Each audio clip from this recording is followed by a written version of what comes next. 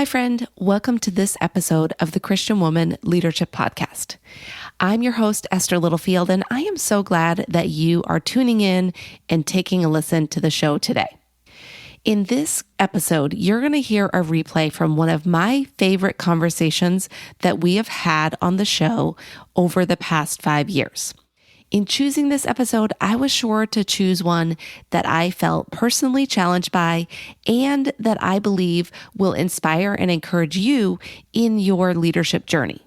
Now, it's possible you heard this episode when it first came out, but that might have been a couple years ago, and you might still benefit from taking a second listen. Or perhaps you're brand new to the show. This is the first time you're listening, and I invite you to just go ahead, tune into this episode, and then go back and find others that you feel might resonate with you and where you're at right now. Now, I want to invite you to connect with me outside of the show. If you enjoyed this conversation today and you want to connect, head over to Instagram. That's where I spend most of my time in terms of social media currently. And you can send me a DM. My username is Esther D. Littlefield. Just send me a DM. Introduce yourself. Let me know you listen to the show, and I would love to connect with you. All right, friend, let's dive in to our conversation today. Welcome to the Christian Woman Leadership Podcast, where we hope to inspire you to embrace your God-given gifts, skills, and passions in order to lead with confidence. We want you to remember that you are fearfully and wonderfully made in the image of God, and you are fully loved by Him. You have been designed on purpose by God with unique gifts and passions in order to love and lead those around you.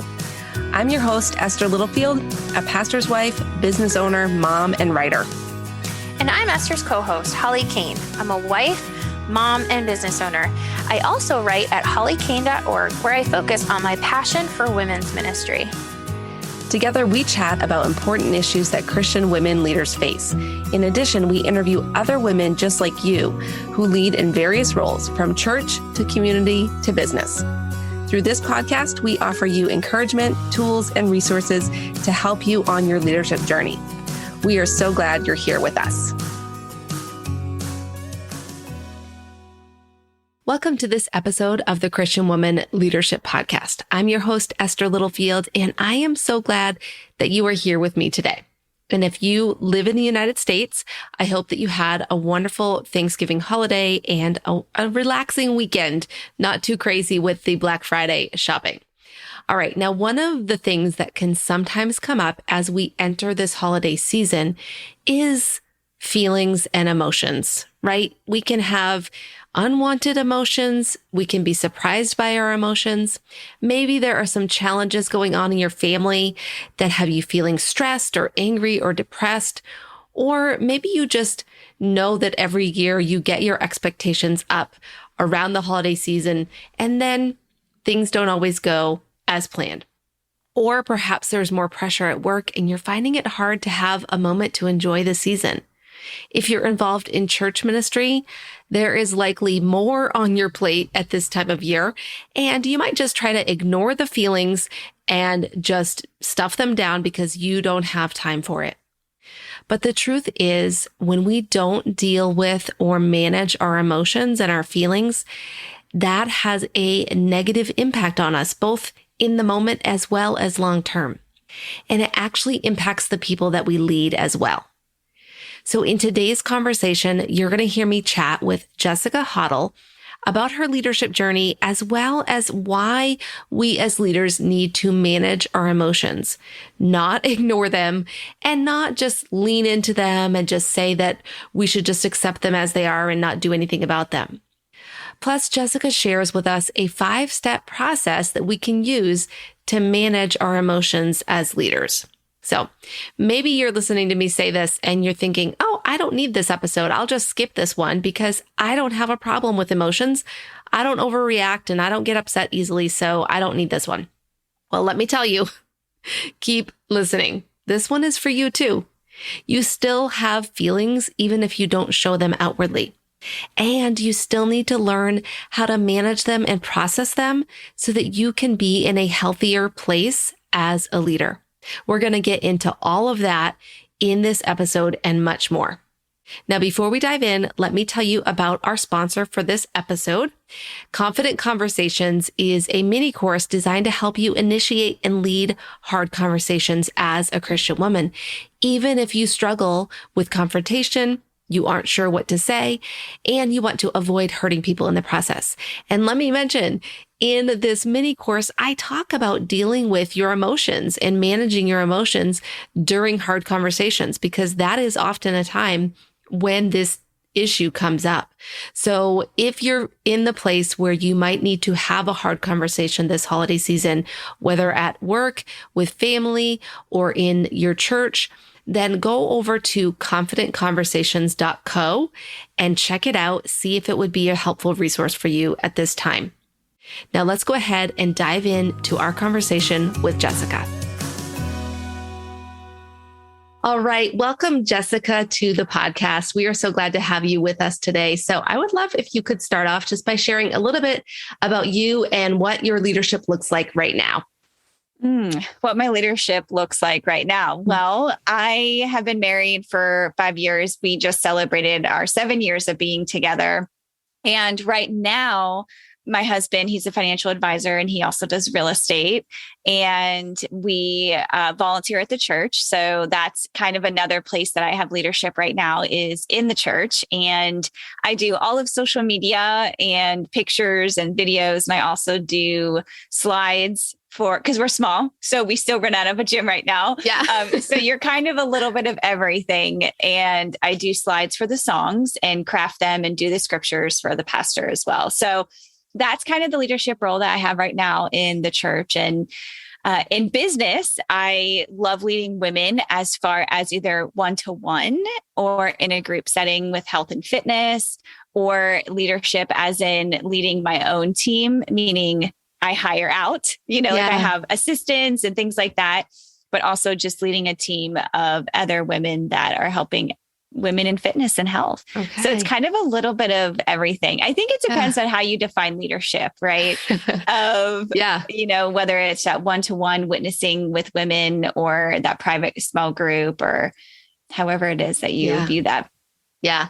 Yeah. And we typically, the way I think about leadership for the sake of this podcast, especially, is essentially anytime you have someone else in your life that you are influencing or impacting, that's leadership. So it could be you're a stay-at-home mom and you've got 2 little kids that you're leading them, or it could be you are the CEO of a large corporation and then you are you're just leading in a different capacity and a different number of people. So love that. Awesome. So can you tell us a little bit about your leadership journey? Like, was there a point in time where it became clear to you that you were a leader in your journey?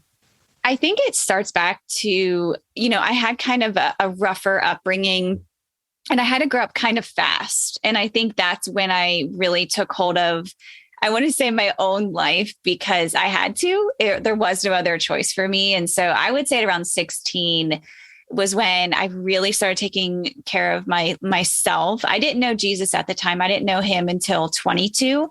So I had quite a few years of just figuring this out on my own and taking care of myself.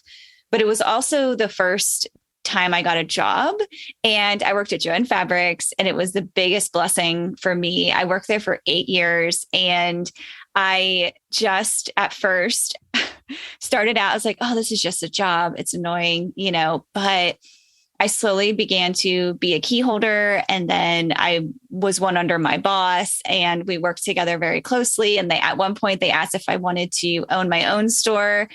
And so that was really where I would say leadership began for me, because I was 18 and a key holder, and I was managing women that were 20, 30 years older than me, which was quite humbling, I don't want to say frustrating because they were so kind, but for me, I had to figure it out. What did this look like? Will they listen to me, looking down on me? But I think that's really where personal life began, and also the first kind of touch of responsibility. Yeah.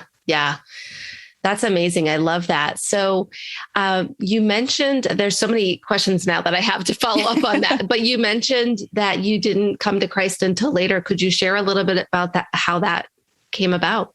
Yeah, I can remember my mom just kind of saying to my brother and I that she never wanted to force religion on us. Yeah. I think it's because growing up, maybe she had that kind of situation. And I don't know too much of my parents' history, believe it or not, just because we've never really been close. But I can just remember seeing my grandpa reading the Bible, and I didn't know it was the Bible. When I say I knew nothing, I mean nothing.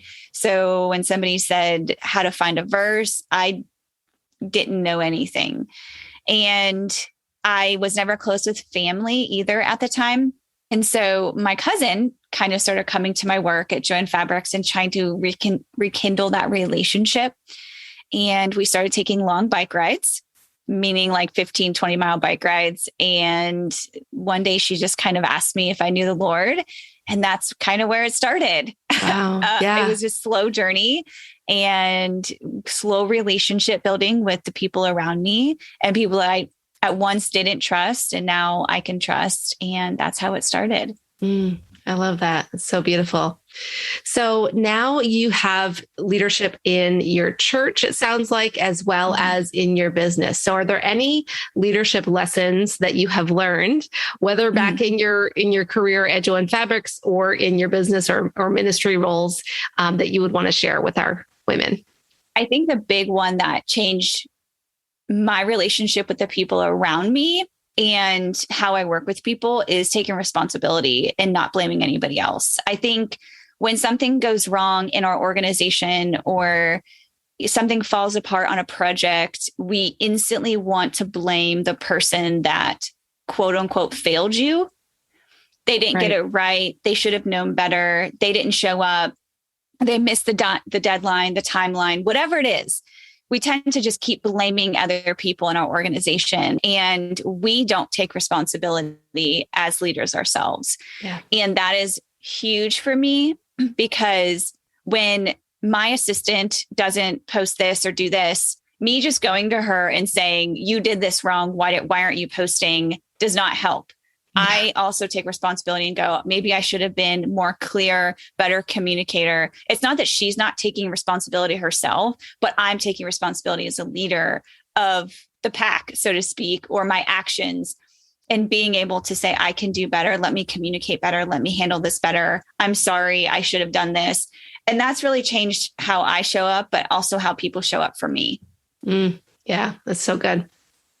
All right, Jessica. So one of the reasons we wanted to bring you onto the show is because you talk a lot about emotions and feelings and how our feelings can sometimes get in the way of us actually doing the work that he's called us to do, that God has called us to do, whether that is in, again, leading in our churches, leading in our homes, leading in our ministries or businesses. So how can you tell us how you got to the point of having this message? Like, how did it come about that you were so interested in the issue of emotions and feelings? Yeah. Well, I think from one, my own life, but two, I kind of started to see this trend where we see the graphic. It's okay to not be okay. Right. And I always want to take it the step further of it's okay to not be okay, but it's not okay to not always be not okay. And we kind of either relish in suffering as if we have to live in our suffering, or we just don't talk about suffering at all. And we just try to push through and make it in life. And either one of these way of thinking can lead us to either one of those thoughts, right? Yeah. Where it's okay to not be okay, which is good, but we can't stay there. Yeah. And then I started seeing one side of the coin or the other as far as feelings are bad. You'll hear people just say feelings are bad. Feelings are bad. You can't feelings trust lie. them. You can't. Yeah. Yes. You can't trust your feelings. Yeah. There is a truth to that. Right. Yeah. And then the other side is just feel all your feelings. It's okay. This is great. And everything. Well, I kind of wanted to build the bridge of you can feel your feelings and you're allowed to move through them. Here's how to do it healthy. But I'm not going to say feelings are bad. I'm not going to tell you to just stay in your feelings. We need to actually begin building the bridge of here's my feelings, here's my experience. I'm going to God so that God can then intervene and show me how to be able to process and work through this. And that's where I come into play of just saying it's okay to not be okay, but again, it's also, you don't want to just live in this place of suffering. It's a place of visitation, not a place of habitation. Yeah. Yeah. Okay. That's so good. So our audience is women leaders. And, I'm curious why you feel it might be even more important, maybe not more important, but super important for leaders, especially to learn how to manage our emotions and really process and deal with our emotions.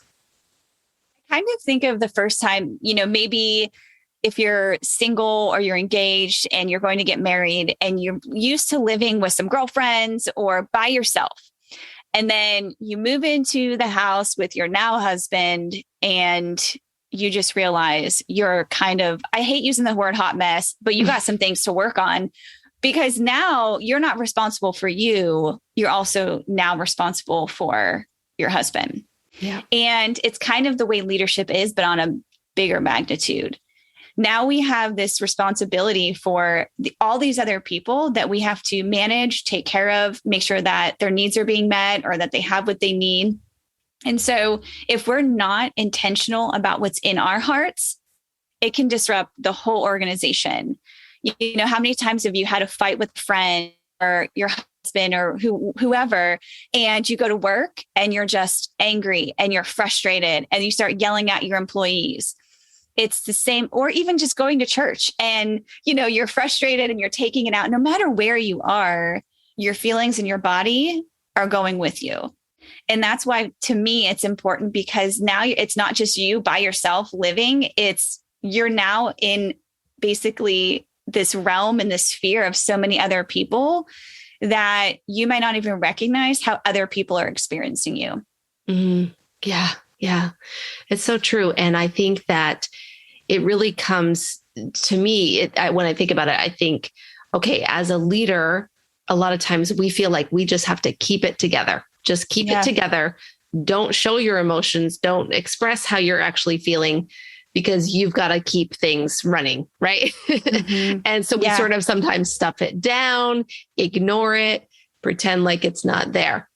So that's a problem, obviously, that we need to be able to deal with. So you have shared with me that you have a 5-step process that can help us deal with our emotions as they arise. So could you talk us through that process a little bit here? Yeah. And I love the idea of how we can be vulnerable with the people around us. Even we don't have to share everything. We can just share some basic facts. I do this with my assistant all the time. She does it with me. If something doesn't happen, it's just, hey, I'm going through a really hard time, or this is frustrating. This is why I'm late. It's just that kind of honest integrity of staying true. And even when I walk through this 5-step process, it allows you to be aware so that you can actually communicate, hey, I'm sorry that I snapped. Today has been this kind of day, or this is what's happening. Again, it allows the wall to come down on the other side of the person, no matter who you're facing, of just saying, this is what's happening. It's not an excuse, but I'm sorry. Yeah. And when we just acknowledge our emotion, which is the first step, what I like to also say, I talk about a lot about this in the book, is emotion is something that you feel in your body. Meaning palms sweating, heart racing, stomach uneasy. You might start crying. You might feel like you're going to experience it in your body before you feel it consciously. Meaning the feeling is the conscious experience of the chemical reaction. Does that make sense? Yeah. So yes, you feel it in your body before you're ever conscious of what you're actually feeling. Okay. I have a follow-up question for you for that. Okay, go ahead. Let's do that first. Because I've talked with people who say that they struggle to actually identify what they're feeling. Yeah. But like you're saying, often they will be having that situation in their body happening, but it's like, it can often take them several hours to process later on what the actual emotion was. So, or the feeling. Yeah. I may be using the wrong word there. No, do you have any thoughts on maybe how to help someone who struggles with identifying or acknowledging that emotion? Yeah, I think naming is a huge part of the process because now you have a name and then you can actually begin to move through it. And they actually have an emotion wheel, which a lot of people use. If you've never heard of it, look it up. It's an emotion wheel, and it's this huge circle that basically has tons of emotions that lead into feelings because it kind of starts at one circle, our main emotions, and it kind of branches out. Right. So if you have a hard time describing, or you're not used to describing, or you're not used to communicating how you feel, because a lot of that goes in with how you're raised, your pain, if you've been stuffing for a long time, looking at the wheel can help somebody and help you be able to say, okay, I'm discouraged. No, I'm frustrated. No, I feel hostile right now, or anger. I think that's a great resource just to get somebody started if they're not a great communicator at what they're feeling.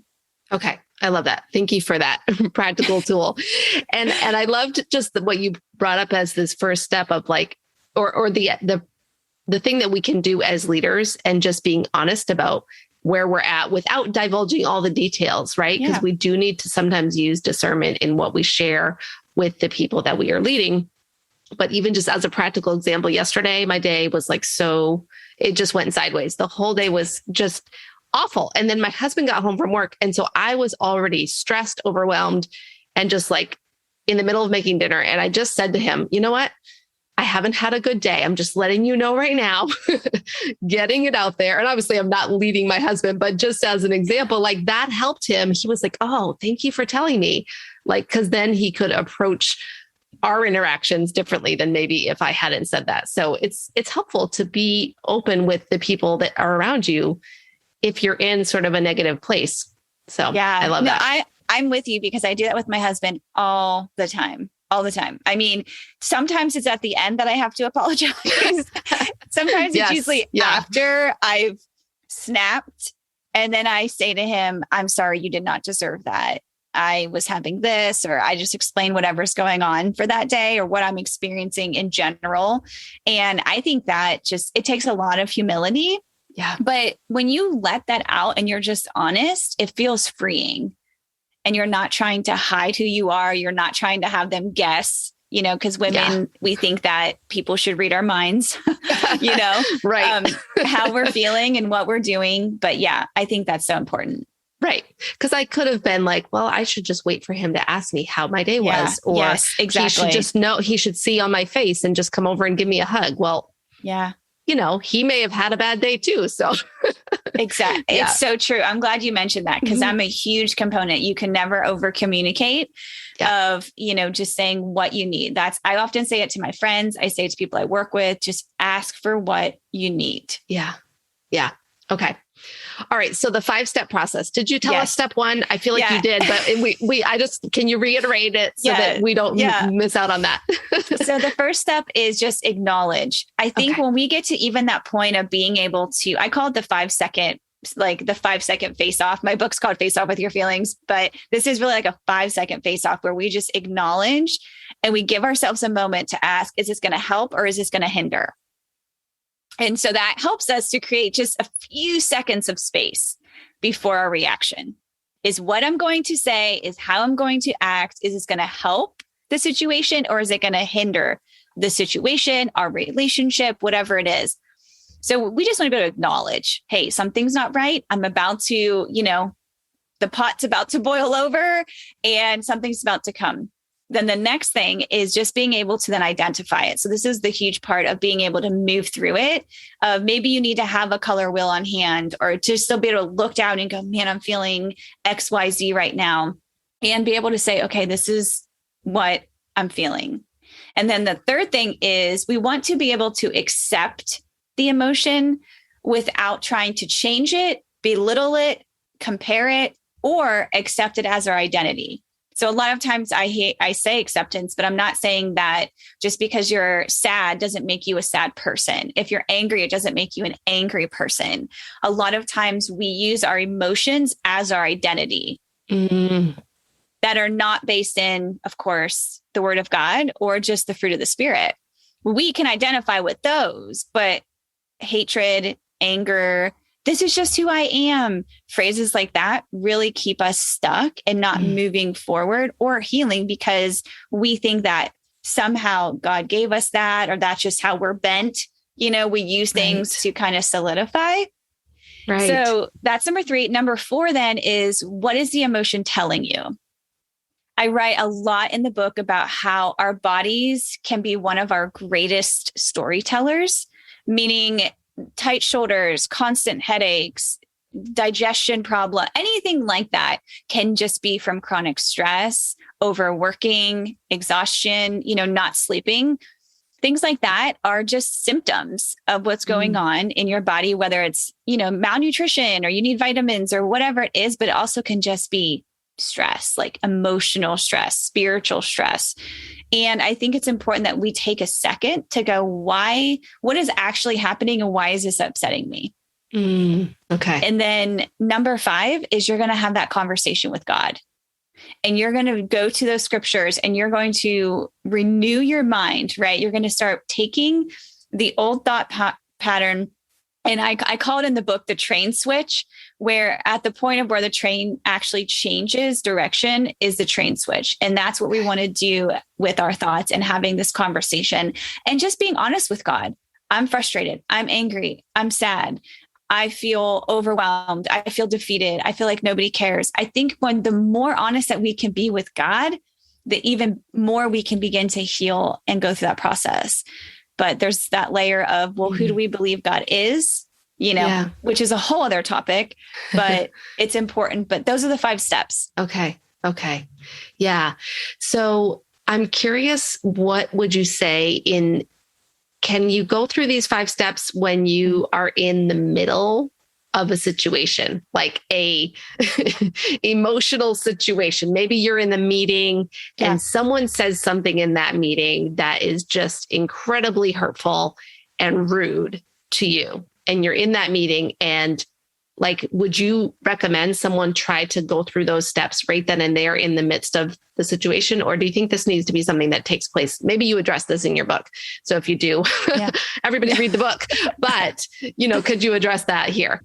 Yeah, no, it's a great question. And I think everybody is different. So you have to know what areas trigger you the most. Meaning, if you know that your job is very triggering right now, meaning your boss, the people that you work with, you're kind of on edge. Therefore, probably going into a meeting that if somebody says something, you might want to explode. I think acknowledging that in advance so that you can prepare. That way it allows you to have space now to actually go through this process. A lot of the questions that you can get to eventually is just saying, what's going on in this person's life? Why are they treating me this way? Because it probably has nothing, I don't want to take you off the table. It might not just have to do with you of why they're acting the way that they're acting. And so I think just knowing what circumstances will begin to trigger you in advance, you can begin to prepare, meaning maybe you walk out of the room. Maybe it's you're silent and you start journaling something down of what you want to say, or you just have boundaries where you say, it's not okay to talk to me that way, which for a lot of people, it's hard. You'll get to that point, I promise. But it's just this reality of, is it when I walk into church or this person that I'm around? What is it? And then you can begin to recognize it. And if you're like, I don't know what triggers me, just pay attention to your everyday routine and pay attention to how your body feels. Does your mood change? Does the way you talk, do you get tired, fatigued? Because that means that sometimes you're thinking so much and you're stressed, or you're just overwhelmed and you just want to shut down. Your body's going to tell you first really what's going to be triggering you before you're ever aware of it. So does that answer your question? Yeah, it does. And it leads to another question. I think there are people who this emotional, managing your emotions is really obvious if you tend to be someone who is more emotional. So if you tend to be the blow up person, the reactor, I'm just going to storm off, or I'm going to say something in retort to that person that just said that thing to me in the meeting, or I'm going to start crying or something like that. But for some women, they tend, just because our personalities are different and we all are wired differently, some of us we don't have quite as much emotional reactions to things naturally. Yeah. So what would you say to the woman who maybe isn't super emotional and doesn't really think emotions are a problem for her because she's not blowing up at anybody? She's not melting down in the middle of a meeting. She's not doing any of these things that might be obvious signs that there's a challenge. Yeah. I think I would ask a few questions. Do you think feelings and emotions make you weak? Do you have feelings and do you not show feelings and emotions because you have been told that they are bad and that you shouldn't have them? Do you not have feelings and emotions because that's your armor? Meaning that is where you make it so that people don't approach you. That's kind of where you go to feel safe and you just kind of hide out. I think there's a lot of things that I'm not asking you to be like this, like you said, this emotional girl and you have to share your feelings all the time. But I believe that there are reasons why we think that, well, I'm just not emotional. I don't have emotional. Like, I just don't have emotions at all. And that's just not true because God created you to have emotions. So you're going to be operating in the flesh or the spirit at some point in your day. And I think for me, I would just be asking you questions for you to figure out why. Have you, been told that they were bad? Like I said, have you never seen your parents talk about feelings, or have you been told as a child that like, hey, you just need to suck it up? I mean, think about it. Boys are told not to cry. So are feelings and emotions weak to you? And you don't want people to see you as weak, so to speak. And you just shove everything down. Does that help? Yeah, it does. It does. Yeah, I think that's so true. And even just thinking about even in our culture, like I cry very easily. That's something that just, I have a very, I guess, a tender spirit. And I like if somebody says something, and not even so much about me, but just like if I'm in church and there's if the spirit moves or something happens, I just can tend to cry very easily. And I used to get super embarrassed about it. I used to be like, oh my word, I don't want to cry. Like if someone says something to me that's really meaningful and kind, I would cry because it was just like, so like it would bless me. And then I got to a point where I was like, you know what? I'm not going to apologize for crying. That's a totally normal reaction to a situation that is meaningful. And so, but it seems like in our culture, we have sometimes an aversion to people showing certain types of emotions, like you said. So do you think that plays a part in why some people might not be okay with the emotions that they might be feeling? Mm-hmm. My own personal story, growing up watching a lot of fighting happen, I wanted to avoid confrontation. Anything I could do to avoid the confrontation, because I saw what I thought conversation meant. Yeah. Meaning you fight until the death, and you try to talk over each other. And I was like, I don't want to be a part of that. Yeah. So I would never share anything that was truthful. Any guy that I was dating, I morphed and I was a chameleon, and I never shared what I wanted to do or I changed how I dressed, the music I listened, everything, just so I could morph around the person I was with, because I didn't want to be honest with myself. And it kept me being in relationships longer than I needed to be because I didn't want to break it off. I didn't want to tell him I didn't like him. And a lot of reasons is, one, I didn't want to be alone, but two, I didn't want to deal with the confrontation. Yeah. And this leads me to this, is that I think when we show vulnerability, it means intimacy. And so if I cry when people are praying over me, that means I'm being vulnerable. And that means that people are probably going to console me, which is intimacy. And that makes me feel uncomfortable, because growing up in my 20s, I never had intimacy. I just avoided it. I didn't hear, I love you. I didn't hear, I'm sorry. And I think a lot of times that also has to deal with it, because getting close, intimacy, that's vulnerability. And that means that I can't risk being vulnerable to risk feeling uncomfortable. Yeah. Yeah. I'm so grateful you brought that up. That issue of vulnerability is something we talk about on the podcast pretty often. And even talking about it as leaders, that we actually need to be vulnerable as leaders, because we set the tone for the organization or the culture of our church or whatever it might be. And if we can show vulnerability, it actually makes a much safer place for everybody else to be vulnerable. Right. Yeah. So I love that. So I want to go back to what you said earlier. I think it was on step 4. You said, what is this emotion telling you? And asking the question, why is this upsetting me? And I think that is probably one of the hardest things to do is to ask the why question. Because sometimes it can be like, okay, this happened and I feel this, I can do that. But then going that layer deeper of why can be really tough. So do you have any practical ways that you recommend people do this? Like, do you recommend journaling or praying or talking with a friend? Like, are there any practical habits that we can put into place to process our emotions? So verbally, this is something that I do with people, my husband, my best friend, those that are closest to you, because we all have spheres, right? And not everybody's going to get all of you. It's a lie. Even as a believer, if you love Jesus, not everybody's going to get all of you or the same amount of you, I should say. Yeah. And when I want to communicate what I'm experiencing, I let the person know in advance what I need. Meaning, I'll go to my best friend or my husband and say, I don't need your advice. I don't want you to correct me. I just need you to listen to me.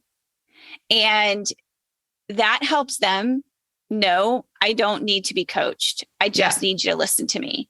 And that's one simple way with the people that are closest to you of just saying, I need to vent this off my chest. I need to talk through this, but I don't need your opinion right now. And I don't need your approval, your disapproval. I just need you to listen.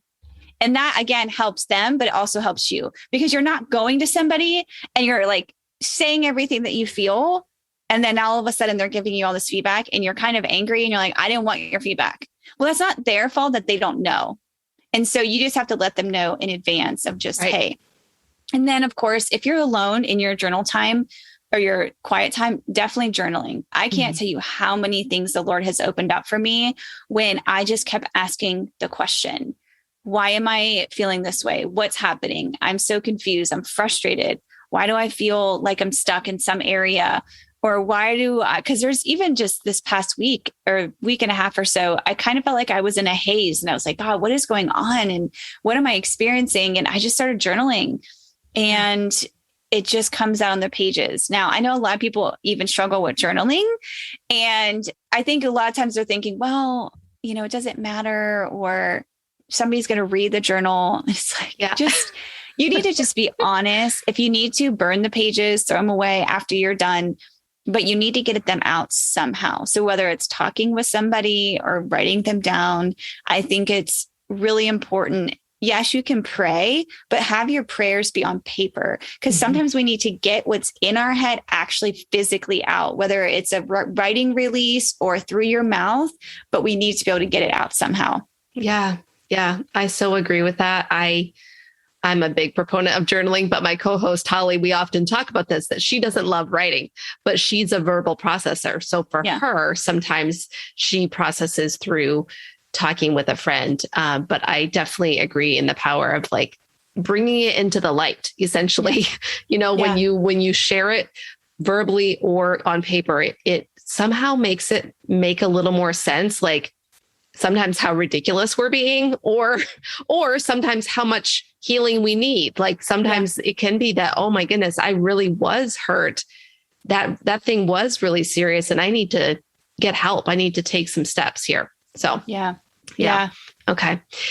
All right. So one more question about emotions is you mentioned in step 5, having the conversation with God and this idea of the train switch and kind of shifting gears. So what is that balance between being aware of our emotions, knowing that they're there, but then not essentially, the scripture that says be angry and do not sin, right? Where is this where you think that happens is where we make a choice on how we're going to respond based on that conversation with God and based on the truth of his word? that we can then step forward into a healthy response to the emotions? I think a lot of it has to do with our view of God. It really starts with our identity. Do we believe who God says he is? And do we believe he's good to us? Because we can believe God's good to other people, but do we believe that God is good to us? And that was a question I had to ask. I talk about in the book. I said, I believe God is good, but do I believe that God is good to me? Yeah. Do I believe that he cares about my feelings and situations? Do I think that he's causing all these bad things to happen in my life to teach me a lesson? And again, I talk about that in the book because it was huge for me to recognize that God cannot be the author of good and evil. And oftentimes we lump it all together and we think that God's causing both. And that's a whole theology thing. But for me, it comes from the identity piece of who we believe God is, because that's going to overflow into, I know I can claim, I love Romans 12, 9 through 21. It's like every line is a character of who God is and who he's called us to be, to cling to what is evil, to cling to what is evil, to cling to what is good, right, to resist what is evil, to not repay evil for evil. And it's in those moments that I can go back to scripture and go, am I leading with the flesh or am I leading with the spirit? Yes, I'm angry, but now I have a choice. Do I resist the evil and do I cling to what is good? Right now, do I want to pay back what has been done to me? Or do I remember that the Lord pays back, that the Lord is the one who redeems my pain? And that is where I cling to him more than I cling to what I'm feeling. Because I'm always like, you know what? This happened. And I feel like the enemy stole this from me, but I trust and believe that God will restore this. It's that heart posture. But again, you're not going to get it right all the time, but that's where we get to say sorry. That's where we get to be clear and honest. And that's where we get to repent. And that's a part of the process of being sanctified. So I'm not here to say that you're going to nail it every time, because I know I don't, for sure. And it's just this reality that, man, I can say I'm sorry and I can go to that person with humility and not pride and be honest and, hey, I got it wrong. But then I can also choose in those moments when I do, quote unquote, I guess, get it right, of I don't have to partake in this. I don't have to be spoken to like this. I don't have to just have my way be the right way. And that's a joke between my husband and I, is that, listen, all women, you probably know this, of loading the dishwasher. You have your own way of loading the dishwasher for the most part. Yeah. And my husband would come in. I'm like, why are you loading it like this? Doesn't make sense. And so I said to him one day, I said, just because it's not done my way doesn't mean it's done the wrong way. And he uses that against me a lot because, it's true. Like, is the dishes still getting cleaned? Yes. And just because it's not done my way doesn't mean it's done the wrong way. Yeah. But I think a lot of it, it flows from our identity to what is really being transformed in our hearts according to the word of God, because what's the abundance of our heart, the mouth speaks. So what's in our heart will come out and it will show us what's in there, because we're like sponges, and what we soak in will ring out. Yeah. Okay. So helpful, Jessica. All right. I know I said I had one more question about emotions, but I just thought of one more, and this is a hard one. So okay, I'll do my best. I'll do my best. For those who are leading, and I'm thinking specifically in a church scenario, but even it could be in a workplace too, or even in their family, but they have someone in their life who is clearly not dealing with their emotions in a healthy way. Yeah. Right. You can see that when that's happening.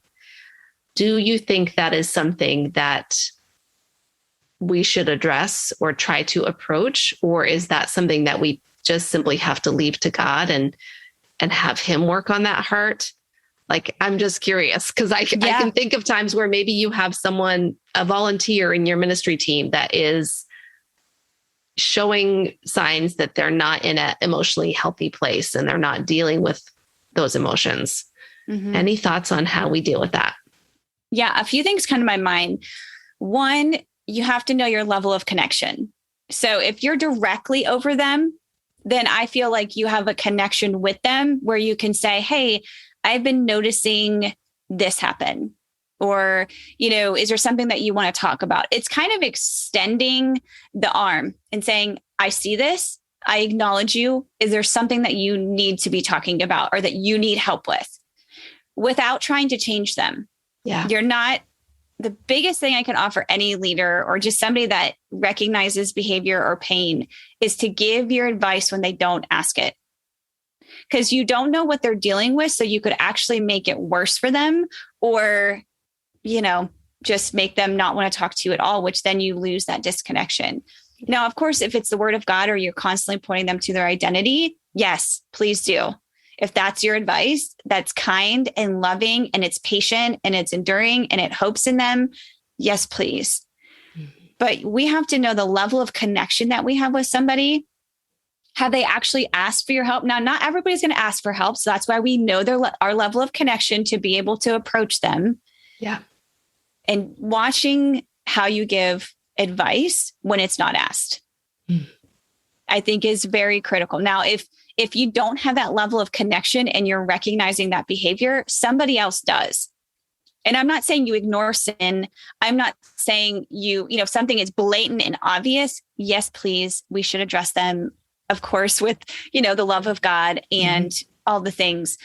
But I think we have to know our level of connection, find somebody that is in that level or not, and kind of just go from there. Okay. Yeah. All right. That's helpful. Thank you. All right. So we have a few more questions about leadership to just kind of close us out. And it's kind of the things that we like to have our guests share that might just be little snippets of your life or your advice based on your journey. So is there a tool or resource that has helped you to embrace your gifts and lead with confidence? I feel like a tool, We talk a lot about different personality tests or different, books or things like that maybe have been helpful. I, believe it or not, have not really done a ton of personality tests. It's not that I'm against them. And I love that a lot of business owners do that so that they know their style of their employee or how to communicate with them. Yeah. I personally have not.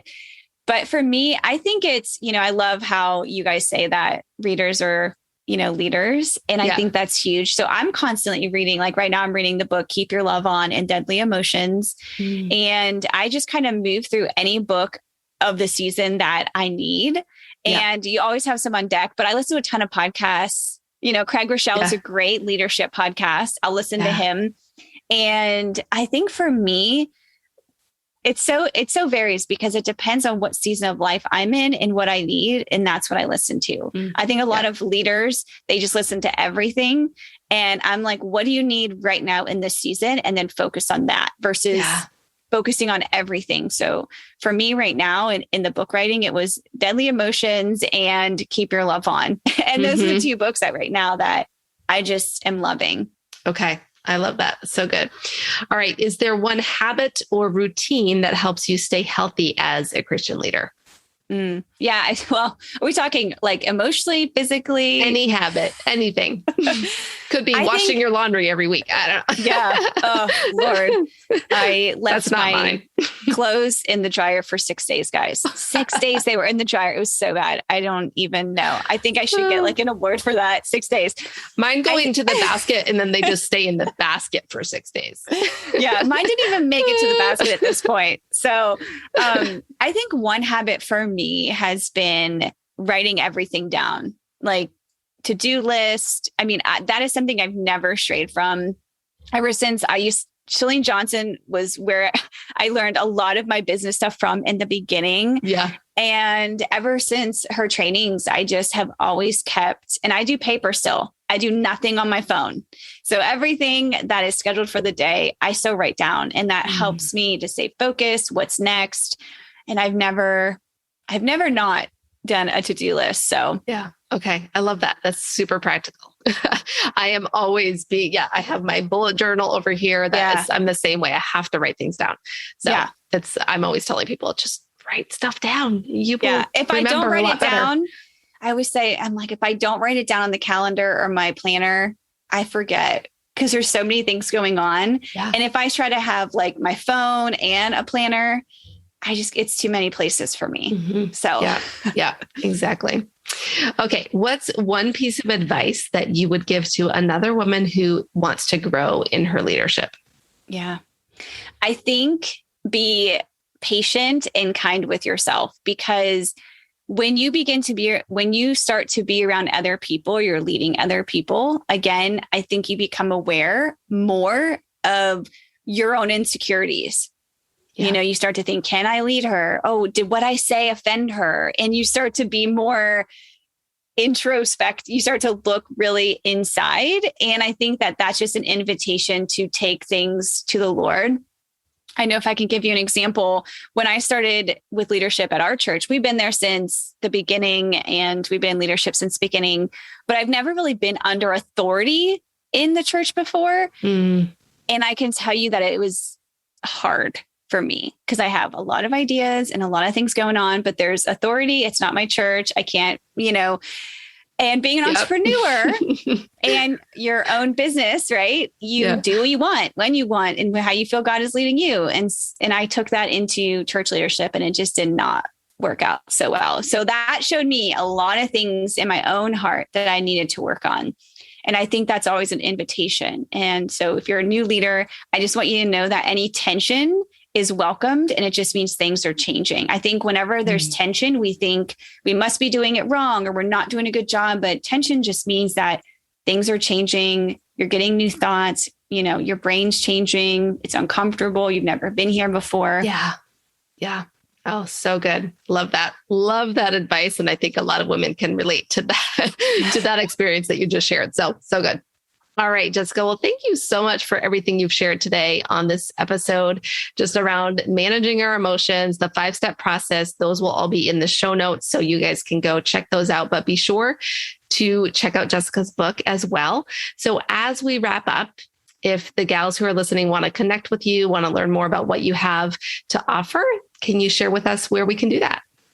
Yeah, you can get the book right at jessicahottle.com, or you can come hang out with me on Instagram and let me know how this episode resonated with you. Or if you had any further questions, I'd love to answer them for you as well. So Jessica Hottle on Instagram, or you can go right to the website, jessicahottle.com, and get the book as well. Perfect. Great. And we will put those in the show notes for sure as well. All right, Jessica, thank you again for being with us today. Thanks so much for having me. Thanks for joining us on the Christian Woman Leadership Podcast. If you enjoyed this episode, would you consider leaving us a rating and review in your podcast app? This helps more women just like you find the podcast, and it also helps them to know whether the podcast would be a good fit for them. Just go to the show in your podcast app, then scroll down until you see the option for ratings and reviews. From there, you can tap to rate and write a review. It means the world to us when you take a couple minutes to do this, and thank you so much to everyone who has left a review. Now, don't forget, your leadership matters, and it's time for you to embrace your gifts and lead with confidence.